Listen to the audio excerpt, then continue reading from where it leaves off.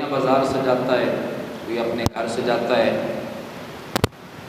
کوئی ختم شریف دلاتا ہے، نیاز بانٹتا ہے، کوئی محفل کرواتا ہے، طرح طرح سے خوشی اور فرحت کا اظہار کرتا ہے کہ اللہ نے ارشاد فرمایا قُلْ بِفَضْلِ اللَّهِ وَبِرَحْمَتِهِ فَبِذَلِكَ فَلْيَفْرَحُوا۔ پیارے حبیب علیہ السلام ان سے فرما دیجیے جب بھی اللہ کا فضل اور اس کی رحمت مل جائے تو خوشیاں منایا کرو۔ تو ساری خوشیاں جس خوشی کی وجہ سے ہیں وہ تو میلاد شریف ہے۔ میلاد شریف نہ ہوتا تو زمانے میں کوئی خوشی نہ ہوتی، میلاد شریف نہ ہوتا تو ہم نہ ہوتے، میلاد شریف نہ ہوتا تو کائنات میں کوئی چیز بھی نہ ہوتی۔ اللہ تعالیٰ فرماتا ہے کہ اگر میں جناب محمد الرسول اللہ صلی اللہ علیہ وسلم کو پیدا نہ کرتا تو میں کائنات کی کسی بھی چیز کو پیدا نہ کرتا، یہاں تک کہ اپنے رب ہونے کا بھی کسی کے سامنے اظہار نہ کرتا۔ تو وجہ تخلیق کائنات، سبب الاسباب، علت العلل جناب محمد الرسول اللہ صلی اللہ علیہ وسلم۔ تو ساری خوشیوں سے بڑی خوشی جو ہے اس کا بڑا اہتمام کیا جانا چاہیے نا۔ ہمیں خوشی ہوتی ہے ہمارے بیٹے کی شادی ہو، بیٹی کی شادی کریں، عقیقہ کریں، اور طرح طرح کی خوشی کے مواقع آتے رہتے ہیں۔ ان خوشیوں کا اہتمام کیسا ہوتا ہے اور پھر میلاد شریف کا اہتمام کیسا ہوتا ہے؟ کسی کے بیٹے بیٹی کی شادی پر سارے پاکستان یا اہل اسلام کے گلیاں بازار نہیں سجائے جاتے، یہ مدینہ شریف کے دولہا تشریف لائے ہیں تو ساری کائنات سج جاتی ہے۔ اس لیے وہ چھوٹی خوشیاں، ان کی خوشی کا اظہار بھی چھوٹا، یہ بڑی خوشی ہے، اس خوشی کا اظہار بھی بڑا ہے کہ نثار تیری چہل پہل پہ ہزاروں عیدیں ربیع الاول ہزار عیدیں بھی اس ایک عید پر قربان کر دی جائیں تب بھی عید میلاد ساری عیدوں سے بڑی عید ہے۔ نثار تیری چہل پہل پہ، چھوٹی عید پر بھی اتنی چہل پہل نہیں ہوتی، بڑی عید پر بھی اتنی چہل پہل نہیں ہوتی جتنی میلاد شریف پر رونق نظر آتی ہے۔ نثار تیری چہل پہل پہ ہزاروں عیدیں ربیع الاول سوائے ابلیس کے جہاں میں سبھی تو خوشیاں منا رہے ہیں۔ جب ہم خوشیاں مناتے ہیں تو حیرت کی بات ہے، خوشی ہم مناتے ہیں، تکلیف کسی اور کو ہوتی ہے۔ میں نے پچھلی نشست میں یہ بات کی تھی، اے اہل سنت و جماعت یاد رکھنا تم فرقہ نہیں ہو۔ اللہ نے منع فرمایا تھا نا فرقے نہیں بننا، اللہ کے فضل سے ہم فرقہ نہیں، ہم اہل سنت و جماعت ہیں۔ فرقے کیوں بنے؟ نبی پاک صلی اللہ علیہ وسلم کی بارگاہ میں صحابہ عرض کرتے ہیں یا رسول اللہ صلی اللہ علیہ وسلم، آپ نے جب ارشاد فرمایا ہے نا کہ سارے زمانوں میں سے بہترین زمانہ میرا ہے، ثم بعد پھر بہترین زمانہ میرے بعد والا، پھر اس کے بعد والا، پھر فتنے شروع ہو جائے گا۔ فتنہ سازی کیا ہے؟ امت کے اندر فساد پیدا ہونا شروع ہو جائے گا، شیطان اس کے اندر بگاڑ پیدا کرنا شروع کر دے گا۔ اس نے مہلت اس لیے لی ہے نا کہ صراط مستقیم پر چلنے والوں کو گمراہ کرنے کی کوشش کروں گا۔ یا رسول اللہ صلی اللہ علیہ وسلم اس وقت تو امت کو گمراہ کرنے میں شیطان ناکام ہے، اس لیے کہ سراج منیر سامنے ہیں، ہدایت کے ستارے براہ راست کرنیں حاصل کر رہے ہیں۔ ہمارے سینے آپ کی کرنوں کے براہ راست مدینے بنے ہیں، یہاں پر تو شیطان کا بس نہیں چلتا۔ آہستہ آہستہ جب دوری ہوتی جائے گی نا تو پھر شیطان کسی حد تک کامیاب ہوتا نظر آئے گا، اور امت کے 73 فرقے ہو جائیں گے۔ ہم کدھر جائیں گے؟ آج بندے پوچھتے ہیں کہ وہ کہتے ہیں ہم سچے ہیں، تم کہتے ہو ہم سچے ہیں، تیسرا بندہ کہتا ہے ہم سچے ہیں، جدھر جاتے ہیں وہ مولوی صاحب کہتے ہیں ہم سچے ہیں، ہم کدھر جائیں؟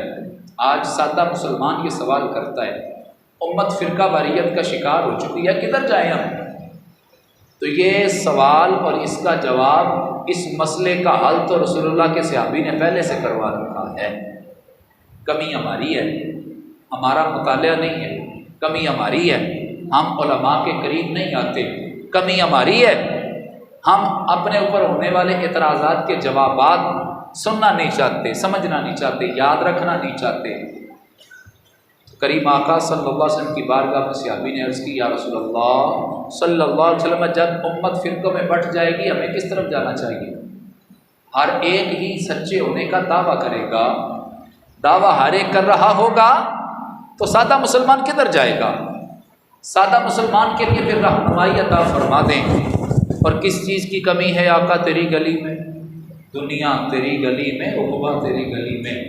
اور کریم آقا صلی اللہ علیہ وسلم نے قیامت تک کی دہلیز کے لیے انسان کو راہبری اور رہنمائی عطا فرمائی۔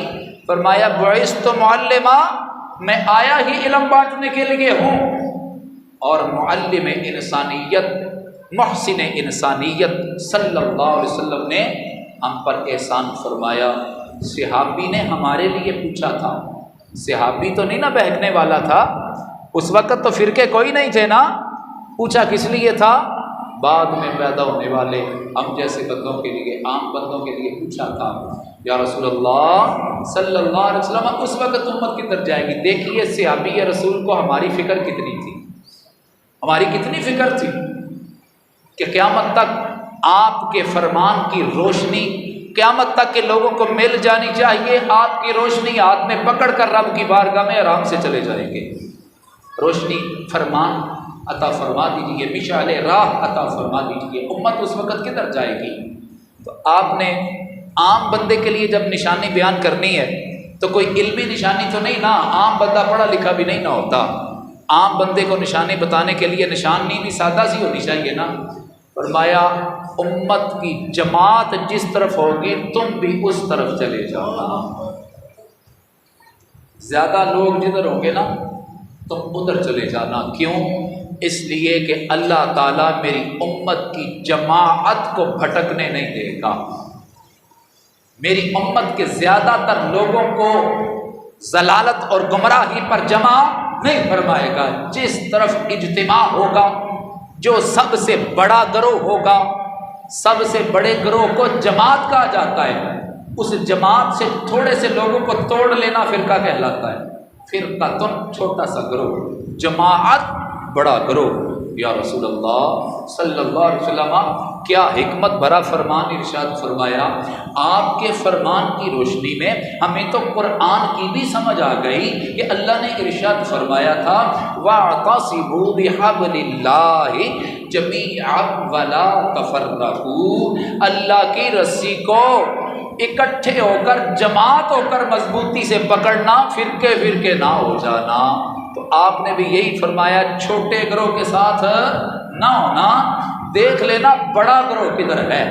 آؤ ہر بندہ باشعور آدمی یہ جانتا ہے اس وقت دنیا میں سب سے بڑا گروہ میلاد منانے والوں کا ہے۔ یہ چیلنج ہے، انالیسس کر کے دیکھ لو، تجزیہ کر کے دیکھ لو، دنیا کے ہر ملک میں بڑھ چڑھ کر رسول اللہ کا میلاد منایا جا رہا ہے۔ تو موٹی نشانی دے دی نا، اس طرف چلے جانا جہاں پر زیادہ لوگ ہوں گے۔ یا رسول اللہ صلی اللہ علیہ وسلم وہ بہکیں گے نہیں، شیطان کا حملہ ان پر ناکام کیسے ہو جائے گا؟ زیادہ تر لوگ، جہاں پر زیادہ لوگ ہوں گے، سواد اعظم بڑا گروہ ہوگا، وہ شیطان کے حملے سے کیسے بچ جائے گا؟ تو میرے لجپال آقا صلی اللہ علیہ وسلم نے یہ بھی بتا دیا ید اللہ علی الجماعہ، جماعت پر اللہ کا دست شفقت ہوگا، اللہ جماعت کو گمراہ ہونے سے محفوظ رکھے گا۔ تو جو اللہ کا حکم نہ ماننے کا، جماعت سے جدا ہوگا، یہ سمجھ کر کے میرے کوئی ذاتی بھی مفادات ہیں، میں آگے بڑھنا چاہتا ہوں، میں دوسروں سے ہٹ کر کچھ سوچنا چاہتا ہوں، تو قلندر لاہوری نے منع کیا تھا، علامہ اقبال مصور پاکستان حکیم الامت نے بتا دیا تھا، امت پر، امت کے بڑے گروہ پر اونچ نیچ آتی رہتی ہے، نشیب و فراز آتے رہتے ہیں، کبھی خزاں آ جائے گی، کبھی باہر آ جائے گی، کبھی پیٹ بھر کے ملے گا، کبھی بھوکا پیٹ بھی سونا پڑے گا، مگر جب مصیبت آئے امت پر تو جو امت کا گروہ کا، جماعت کا ساتھ چھوڑ جائے وہ کیسے ہوتا ہے؟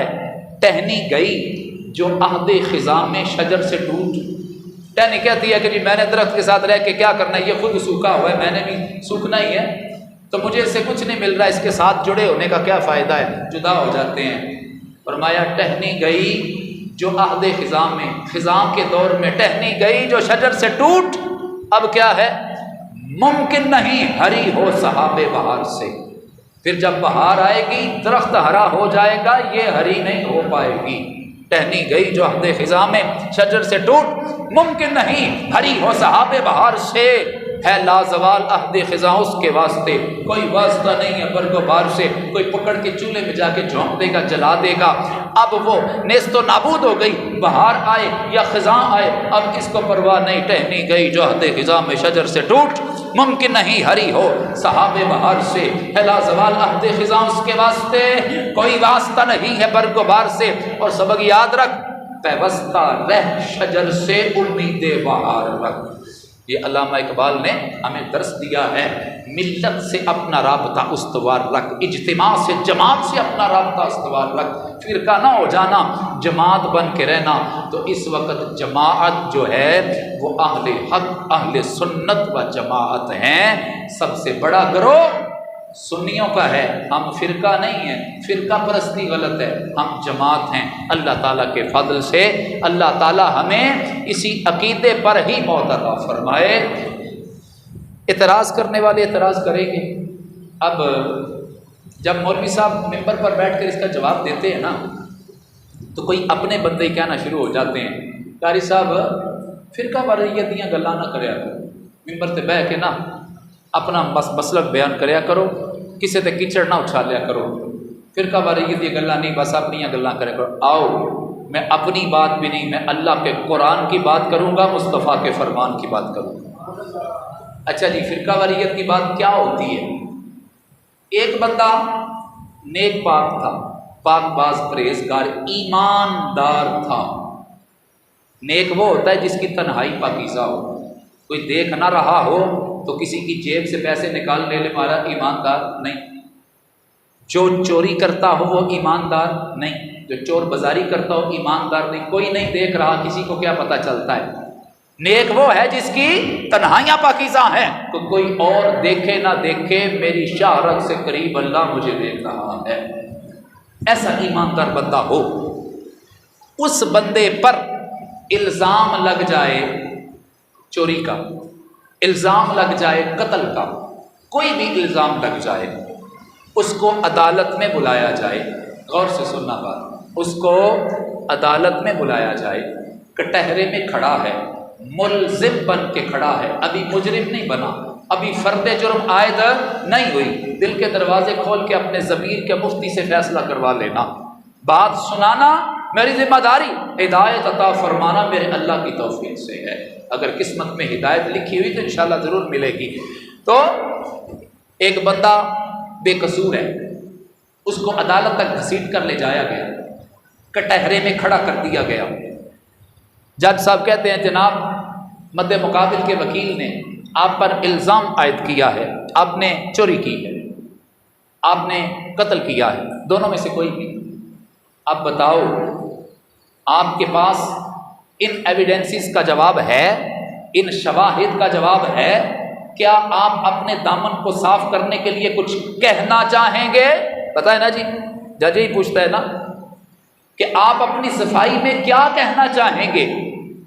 آگے سے اگر وہ بندہ یہ کہے دیکھو جی جج صاحب یہ تو جھوٹ بول رہے ہیں، یہ تو مجھ پر الزام لگا رہے ہیں، اب اگر میں بھی ان جیسے ہی بحث کرنا شروع کر دوں اور اس طرح بولنا شروع کر دوں، پھر میرے اندر اور ان کے اندر کیا فرق ہوا؟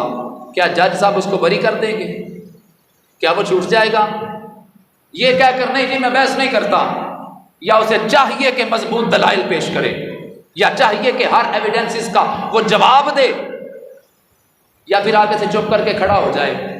جج صاحب کہتے ہیں ابھی صفائی میں کیا کچھ نہیں میں نہیں بحث کرتا، چپ کر کے کھڑا ہو جائے۔ کیا جج صاحب چپ کر کے کھڑا ہونے سے اس کو جرم میں بری کر دیں گے یا اس پر فرد جرم عائد کریں گے کہ تیری خاموشی تیرے جرم کا اقبال ہے، تو آگے سے جواب نہیں دے پایا، تو ہار گیا ہے، اس لیے تجھ پر فرد جرم عائد کر دی جائے گی۔ آپ ہم پر 11ویں مناتے وقت بھی اعتراض ہوتا ہے، مزارات پر جاتے ہوئے بھی اعتراض ہوتا ہے، میلاد مناتے ہوئے بھی اعتراض ہوتا ہے۔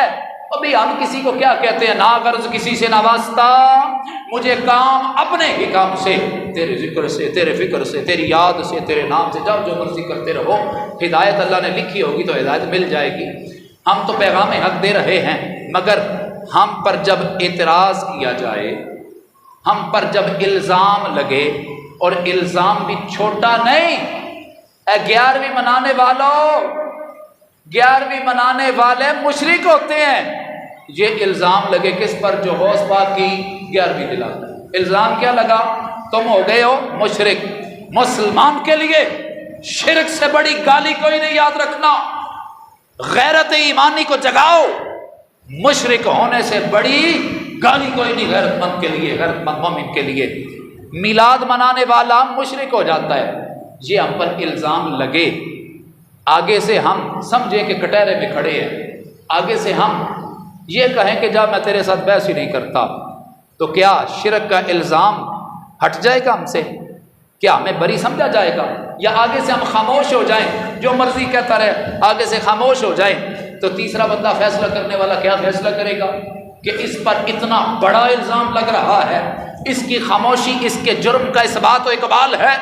اگر یہ مشرک نہ ہوتا، یا میلاد منانا شرک نہ ہوتا، یا 11ویں منانا 11ویں دلانا شرک نہ ہوتا، تو یہ دلائل دیتا، یہ ایویڈنسز پیش کرتا، یہ بینہ پیش کرتا، یہ ثبوت پیش کرتا، اپنے دامن پر لگے اس داغ کو دھونے کی کوشش کرتا۔ اس کو تو پرواہ ہی نہیں ہے، اس کے کردار پر کتنا ہی کیوں نہ کیچڑ اچھالا جائے۔ اب اگر وہ الزام سے بری ہونا چاہتا ہے تو اسے چاہیے نا ہر لگے ہوئے الزام کا دلیل سے جواب دے۔ اب اپنے اوپر لگے ہوئے الزامات کا جواب دینا، یہ کسی پر کیچڑ اچالنا نہیں، بلکہ اپنے دامن کو دھونا ہے۔ اور کسی کی طرف سے لگے ہوئے اعتراضات، کسی اس کا جواب دینا، کسی کے اوپر کیچڑ اچھالنا نہیں، بلکہ اپنے آپ کو کلیئر ثابت کرنا ہے۔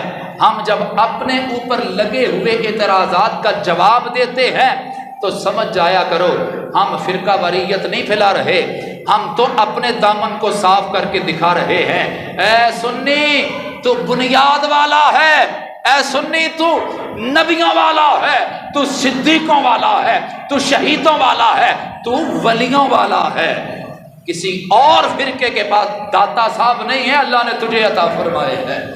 کسی اور فرقے کے پاس غوث پاک نہیں، کسی اور فرقے کے پاس احمد کبیر رفاعی نہیں، کسی اور قبیلے اور فرقے کے پاس امام زین العابدین نہیں، کسی اور فرقے کے پاس امام حسین نہیں۔ امام حسین نے بتایا تھا میں کون ہوں، میں اہل سنت و جماعت ہوں، میں رسول اللہ کی اتباع کرنے والا ہوں، میں رسول اللہ کے صحابہ کی اتباع کرنے والا ہوں۔ اے اہل سنت و جماعت کے لوگوں، آپ پر اعتراض ہے، آپ پر الزام عائد کیا گیا ہے، میلاد منانے والوں تمہیں مشرک کہا جاتا ہے۔ کہنے والا کیا کہتا ہے؟ بڑی تسلی سے دلیل اور اس کا جواب سنیے۔ الزام لگانے والا یہ کہتا ہے کہ میلاد منانا شرک ہے، ہم بڑے آرام سے کہتے ہیں جناب اصول یہ ہے، توجہ رکھیے میری طرف، سمجھ آ رہی ہے نا آپ لوگوں کو؟ بڑے آرام سے، بڑے اطمینان سے یہ کہتے ہیں، ایسے بندے کا ادب نہیں کرتے، بس آرام سے انسانیت کا لحاظ کرتے ہوئے انسانوں کی طرف سے جواب دے رہے ہیں۔ تیری بات سن لی ہم نے، اب تیرا حق بنتا ہے آرام سے ہماری بات سن اور آرام سے جواب دے، شور نہ ڈال، دلیل کا جواب دلیل سے دے۔ اور یاد رکھنا، بات کو قبول کرو تو دلیل کے ساتھ، لاجک کے ساتھ، اور بات کو ریجیکٹ کرو اور رد کرو تب بھی دلیل کے ساتھ۔ کیوں؟ اس لیے کہ دلیل قرآن کا نام ہے، دلیل مصطفیٰ کے فرمان کا نام ہے، اور دلیل اس لیے مانگ رہے ہیں، دین تیری میری مرضی کا نام نہیں، دین اللہ کی مرضی کا نام ہے، اللہ کے رسول کی مرضی کا نام ہے۔ دلیل سے بات کو قبول کر، دلیل سے بات کو رد کر۔ پہلے تو دعوے کی دلیل پوچھو نا، حق بنتا ہے نا۔ تم نے کہا میلاد منانے والا مشرک ہے، اور مشرک کہہ دیا ہمیں، پتہ ہے کتنا بڑا الزام ہے شرک؟ اللہ فرماتا ہے ان الشرک لظلم عظیم، شرک سے بڑا ظلم ہی کوئی نہیں۔ انما المشرکون نجس، مشرک جو ہے وہ بڑا پلید ہوتا ہے، وہ بڑا ناپاک ہوتا ہے، اور تجھے پلید بھی بڑا کہہ دیا اور تجھے خاطی بھی بڑا کہہ دیا۔ اللہ فرماتا ہے ہر چیز معاف کر دوں گا، ہر گناہ معاف کر دوں گا، مگر شرک والی چیز معاف نہیں کروں گا۔ اور تو نے تو ہمیں کہاں لے جا پھینکا ہے، اتنا بڑا الزام لگا دیا تو نے ہم پر۔ مشرکہ اس لیے کہ میلاد مناتے ہیں۔ اب رکھ سارا قرآن سامنے رکھ، الحمد سے لے کر والناس تک پڑھ، اور کوئی ایک آیت نکال کے بتا جو آیت یہ کہتی ہو کہ جو میلاد منائے وہ مشرک ہوتا ہے۔ صبح قیامت تک ایک آیت قرآن کی پیش نہیں کی جا سکتی جو یہ ثابت کرے کہ مصطفیٰ کا میلاد منانے والے مشرک ہیں۔ پھر آجا حدیث کی طرف۔ کریم آقا صلی اللہ علیہ وسلم کی احادیث چند ہزار ہم تک پہنچی، چند ہزار ہم تک پہنچی ہیں۔ حدیثیں کتنی تھیں، کس کس طرح سے لوگوں نے یاد کر رکھی تھی۔ ایک ایک جو حافظ الحدیث ہوتا سینے ان کے تھے محبوب کے فرمان کے مدینے تھے، ان کے سینے رسول اللہ کے دین کے صندوق تھے۔ ایک ایک حافظ الحدیث کو، آج تو حافظ القرآن کو جانتے نا آپ، پہلے حفاظ الحدیث بھی ہوا کرتے تھے۔ ایک ایک حافظ الحدیث کو 3 لاکھ حدیثیں رسول اللہ کی یاد ہوتی تھی۔ لا جتنی کتابیں تو تیرے پاس میسر ہیں، آجا میری لائبریری میں بھی آجا، میرے پاس جتنی کتابیں حدیث کی موجود ہیں ساری حدیث کی کتابیں تیرے سامنے ڈھیر کرتا ہوں۔ مکتبہ شاملہ ہو، انٹرنیٹ پر جتنے بھی بڑی بڑی لائبریری ہیں ساری کھول لے، کریم آقا صلی اللہ علیہ وسلم کا کوئی ایک فرمان لا جس میں لکھا ہو کہ بعد میں آنے والے لوگ میلاد منائیں گے جو مشرک ہو جائیں گے میلاد منانے کی وجہ سے۔ آقا کریم کا فرمان پیش کر، اگر نہ کر سکے تو پھر ذرا نظر ثانی کر۔ دعویٰ بغیر دلیل کے باطل ہوتا ہے، نہ قرآن کی آیت پیش کر سکتا ہے تو، نہ کریم آقا صلی اللہ علیہ وسلم کا کوئی فرمان پیش کر سکتا ہے، تو پھر کس بنیاد پر کہتا ہے؟ یہاں تک کہ بڑی حیرت ہوئی مجھے، آپ جانتے ہیں نا جی ہم سب کیا پڑھتے ہیں؟ لا الہ الا اللہ محمد الرسول اللہ۔ وہ چھوٹے چھوٹے ہوتے ماں نے ہمیں لوریاں ہی کلمہ طیبہ کی دی ہیں، ہمیں مسجد کی دیوار کے ساتھ کھڑا کر کے قاری صاحب نے زور زور سے پڑھایا ہوا ہے، ہمیں اسکولوں میں بھی پڑھایا ہوا ہے، اسکولوں میں پہاڑے بھی پڑھتے تھے، ٹیبلز بھی پڑھتے تھے، اور قاری صاحب صبح یہ کلمہ بھی پڑھایا کرتے تھے، اونچی اونچی سارا کچھ یاد کروایا ہوا ہے۔ کلمہ سب کو آتا ہے، اور سنو سب کو اس کا ترجمہ بھی آتا ہی ہے تقریباً۔ کوئی خدا نہیں سوائے اللہ کے، لا الہ کوئی معبود نہیں سوائے اللہ کے، اور محمد صلی اللہ علیہ وسلم اللہ کے رسول ہیں۔ اور یہی ترجمہ ہے نا سن کے۔ اب دلیل کیا ہے؟ ایسے لوگ سے دلیل مانگنا بھی نا اہل سے سوال کرنے کے برابر ہے۔ تقریر کی جا رہی ہے اور کہا جا رہا ہے اور سنو جی کلمہ طیبہ اور جیدہ پڑھ کے بندہ مسلمان ہوتا ہے، اور لا الہ الا اللہ محمد رسول اللہ، اور ترجمہ سنو لوگ کو، کوئی 11ویں والا نہیں، کوئی 12ویں والا نہیں، اور کوئی میلاد والا نہیں، یہ کلمے کا ترجمہ کیا جا رہا ہے۔ میلاد والا ہونا کیا اللہ کا خاصہ ہے؟ 11ویں والا ہونا کیا اللہ کا خاصہ ہے؟ ہم تو میلاد منا کے یہ ثابت کرتے ہیں جس کی ولادت ہوتی ہے وہ اللہ نہیں، وہ الہ نہیں، وہ معبود نہیں، جس کی ولادت ہم منا رہے ہیں اسے مصطفیٰ کہا جاتا ہے۔ بے مشرک کہتے ہو میلاد منانے والوں کو؟ میلاد منا کر ہم توحید کا جھنڈا بلند کرتے ہیں، پتہ بھی ہے شرک کسے کہا جاتا ہے۔ اور یہ کلمہ طیبہ کا ترجمہ پوچھ لوں نا میں، کہتے ہیں جی کہ اس کا تو ترجمہ بڑا آسان ہے، اور یہ کلمہ جس کو پڑھ کے ہم مسلمان ہو رہے ہیں، جس کا ایقان رکھنا، جس کا اتقان رکھنا، یقین رکھنا اسلام ہے، اس کے بارے میں پوچھ لوں نا کہ لا الہ الا اللہ یہ گرامیٹکلی کیا ہے؟ اس بات تحت نفی داخل ہے، بتاؤ اس بات تحت نفی داخل ہو تو کیا فائدہ دیتا ہے؟ یہ تو علمی بحث ہے، یہی منہ کھلے کا کھلا رہ جائے گا، اور نہ خنجر اٹھے گا نہ تلوار ان سے۔ الحمدللہ یہ دلائل ہمارے آزمائے ہوئے ہیں، علمی بات تو کر ہی نہیں رہے نا اس سے۔ اگر علم ہوتا، عقل ہوتی تو خدا سے نہ لڑائی لیتے، یہ گھٹائیں اسے منظور بڑھانا تیرا۔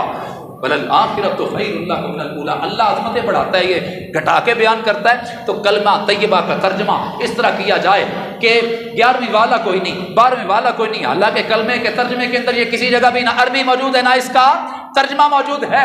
اور میلاد منانے والا مشرک کہتے ہو، شرک کیا ہے اس کی تعریف متقدمین سے بیان کر، گھڑی ہوئی تعریف نہیں۔ ڈیفائن کرو شرک کسے کہا جاتا ہے، ڈیفینیشن بیان کر، کس کو کہا جاتا ہے شرک؟ نہیں آتی تو میں بتاتا ہوں، یاد رکھنا۔ الاشراک اس بات تشریح کے بمعنی وجوب الوجود او استحقاق العبادہ، ترجمہ سن اور سینے میں ٹھنڈ پڑ جائے گی تیرے۔ شرک یہ ہے اللہ کے علاوہ کوئی کسی مخلوق کو واجب الوجود مانے، یہ مشرک ہے۔ اللہ کے علاوہ کسی اور کو کوئی مستحق عبادت مانے، یہ بندہ مشرک ہے۔ خدا کے فضل سے ہم صرف ہمیشہ سے تھا، ہمیشہ رہے گا اللہ ہی کو مانتے ہیں۔ کسی نبی کو، کسی ولی کو، کسی صدیق کو، کسی شہید کو ہم واجب الوجود نہیں مانتے، سب کو ممکنات مانتے ہیں۔ اللہ واجب الوجود، ساری مخلوقات چاہے امام الانبیاء ہوں، چاہے سارے نبی ہوں، سارے ممکن الوجود ہیں۔ لہٰذا کوئی ایک میلاد منانے والا لا جو یہ کہتا ہو کہ ہم نبی پاک کو ہمیشہ سے تھا، ہمیشہ رہیں گے، یہ مانتا ہے، وہ کہے گا تجھے پتہ نہیں، میں میلاد منا کے ہی تو یہ بیان کر رہا ہوں، جو پیدا بھی ہو اور دنیا سے پردہ بھی کر جائے وہ میلاد والا ہوتا ہے، جو نہ پیدا ہوا ہو نہ ہی فوت ہو اسے اللہ اور خدا کہا جاتا ہے۔ میلاد اس چیز کی دلیل ہے کہ ہم توحید پر قائل ہیں، اور کوئی ایک میلاد منانے والا لا جو یہ کہتا ہو جس طرح اللہ عبادت کے لائق ہے ایسے نبی پاک صلی اللہ علیہ وسلم بھی عبادت کے لائق ہیں، یا معاذ اللہ ایسے غوث پاک بھی عبادت کے لائق ہیں، کوئی ایک لا 11ویں منانے والا، کوئی ایک لا میلاد منانے والا جو یہ کہتا ہو کہ اللہ بھی عبادت کے لائق ہے اور نبی ولی بھی عبادت کے لائق ہیں، جب ایک بندہ بھی نہیں لا سکے گا وہ کہیں گے عبادت اللہ کی ہے، بندگی اسی کی ہے، اس نے کہا ہے مصطفیٰ سے پیار کرو میں تم سے پیار کروں گا۔ ہم میلاد منانے والے مصطفیٰ کی محبت میں میلاد مناتے ہیں۔ مصطفیٰ کریم علیہ السلام کائنات کے محبوب ہیں، اللہ ساری کائنات کا معبود ہے۔ حضرات عزیز وقار، وقت کے دامن میں گنجائش ختم ہو چکی، ورنہ دلائل کے انبار لگے ہیں۔ اللہ تعالیٰ نے ہم اہل حق، اہل سنت و جماعت کو بنیاد والا بنایا ہے۔ صحابہ بھی ہمارے عقیدے پر ہیں، انشاءاللہ ہمارے آخری فرد کو بھی اللہ تعالیٰ اسی عقیدے پر قائم رکھے گا۔ انہیں جانا، انہیں مانا، نہ رکھا غیر سے کام، للہ الحمد میں دنیا سے مسلمان گیا۔ باخر دعویٰ یعنی